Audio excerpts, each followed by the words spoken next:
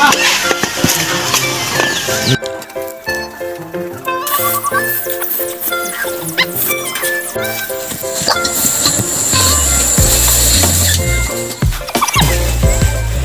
lang mga ka-farmers.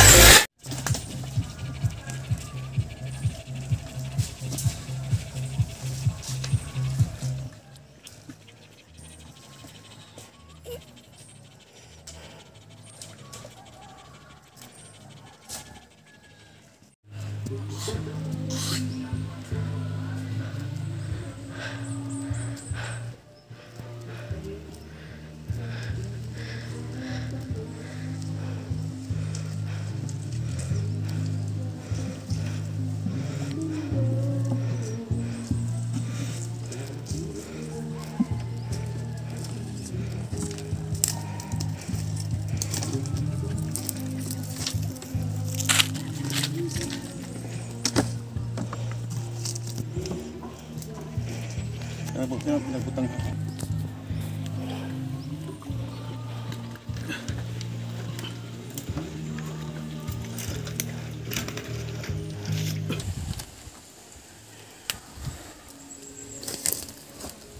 Welcome back mga ka-farmers. Balik na naman tayo sa aking Loya Farm mga ka-farmers, kung saan po itong Loya na to magdadalawang buwan po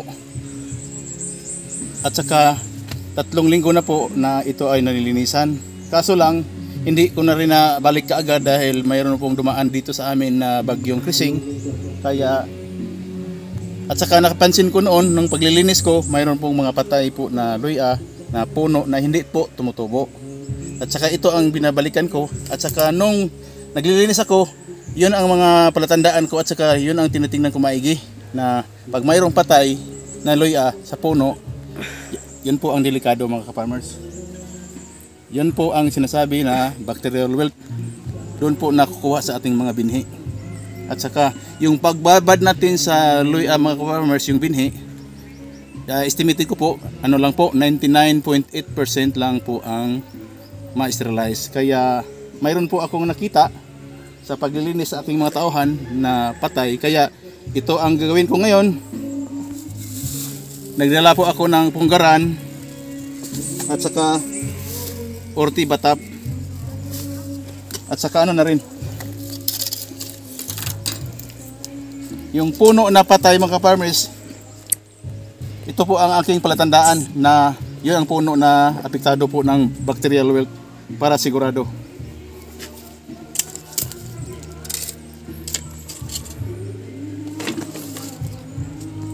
At saka mga farmers, ito na rin yung resulta po sa 3 linggo pagkatapos ng bunuhan. Maganda po yung tubo mga farmers.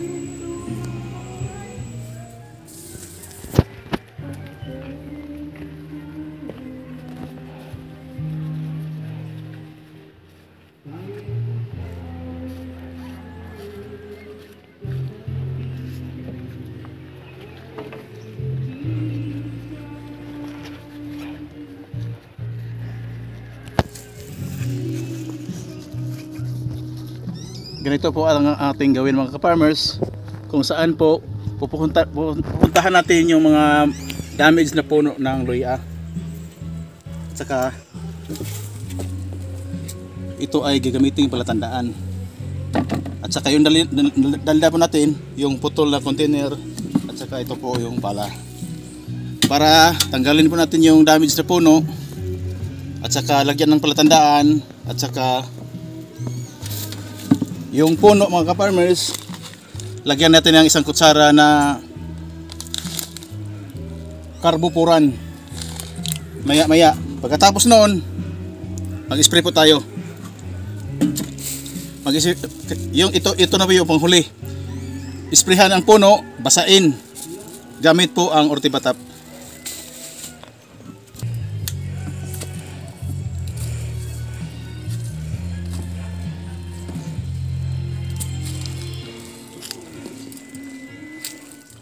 Ito po yung damage na puno mga farmers. At saka ito pa. Ito ang gamitan to ng pala mga farmers para maalis po yung laman ng Loya at saka yung puno. yung lupa kasabay po yung puno dito ilagay. Hindi po sa sako. Ganito po, container na. At saka ito na rin mamaya-maya.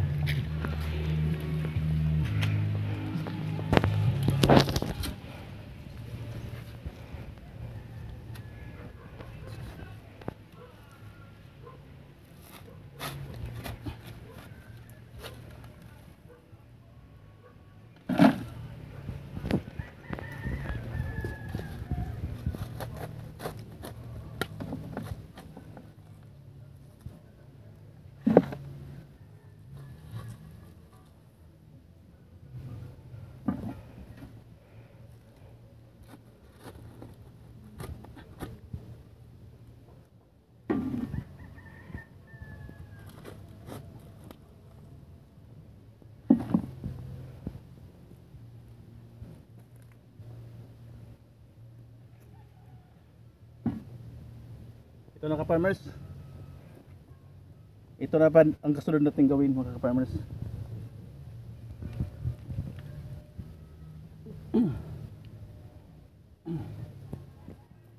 May staking po ka-farmers at saka ito po plastic na may kulay para matandaan po natin kung saan po yung may tama. Para pagdating po ng pag-spray, ito po ay basain.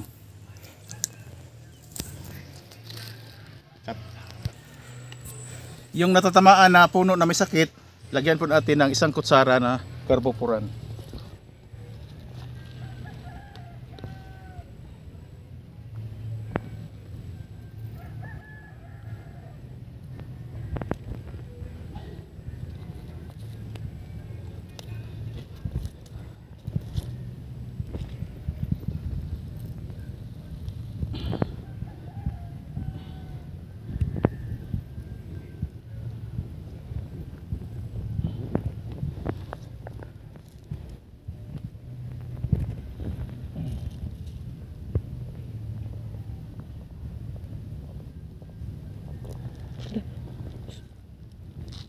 Magkano mo?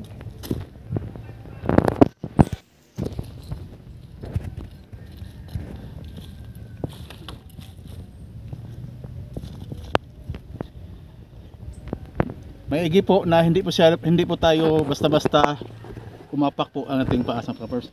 Kailangan po tayo po maggamot po dito, nakabuta po tayo at saka safety precaution mga ka-farmers. At saka yung gawin namin natin sa susunod, ito ay nalagyan na po ng carbofuran at saka titingnan natin yung mamaya-maya yung sa unahan mga ka-farmers. At saka ito, kagaya nito, mayroon ng patalatandaan na dito po mayroong sakit. Isprayhan natin mamaya-maya. Yun ang kasunod. Isprayhan natin ng Ortibatab.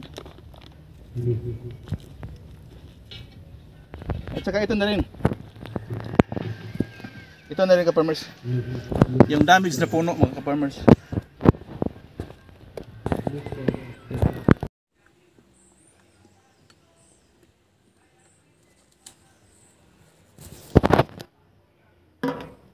Tatlong kutsara mga ka-farmers.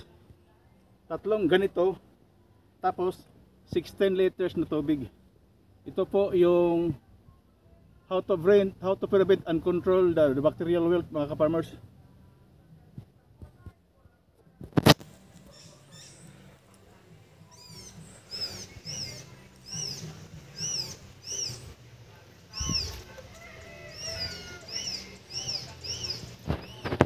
Ito na rin po, tatlong kutsara mga farmers yung ihalo natin sa 16 liters na tubig.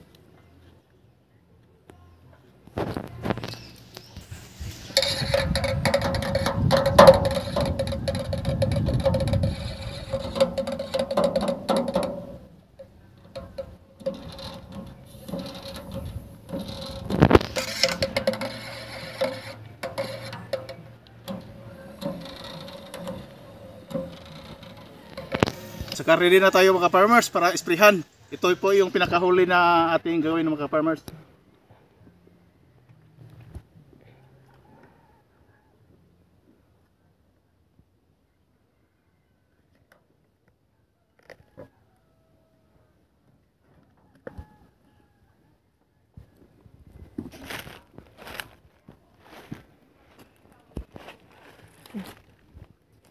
Kanina po mga ka-farmers, tinanggal po natin yung puno ng luya at saka nilagyan po ng ano mga ka-farmers, yung kahoy at saka may palatandaan mga ka-farmers.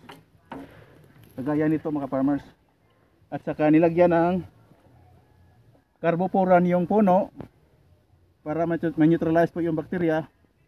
At saka ito rin yung panghuli para hindi kumalat po yung virus mga ka-farmers. Isprehan po natin yung puno at saka yung katabing puno. Basain ang lupa ng maayos. At saka yung ano rin, yung weather update po na hindi maulan dahil ngayon katatapos pa lang ng bagyong Krising dito sa Liti, kaya gumanda ang panahon. Pero sa Luzon mga farmers, masama pa rin yung panahon din dahil mayroon silang bagyo na Dante. Dito gumanda na ka-farmers. Kaso lang may problema sa ating luya. Hindi naman 100% po yung ating luya na lahat-lahat maganda. Pero na ano, nasubukan ko na po ito sa ilang taon po na pagtatanim ng luya.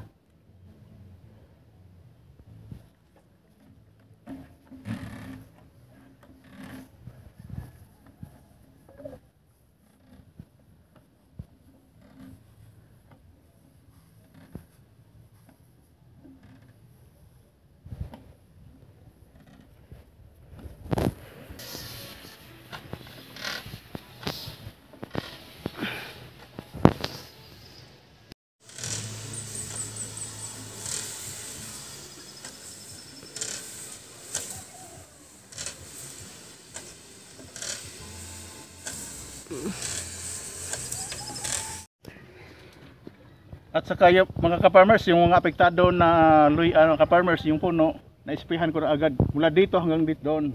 At saka yung mga damage po mga ka-farmers, itapon to mga ka-farmers. At saka yung pagtapunan nito, ibaon sa lupa mga ka-farmers. Pero bago lahat yon, dapat natin yung isprehan muna.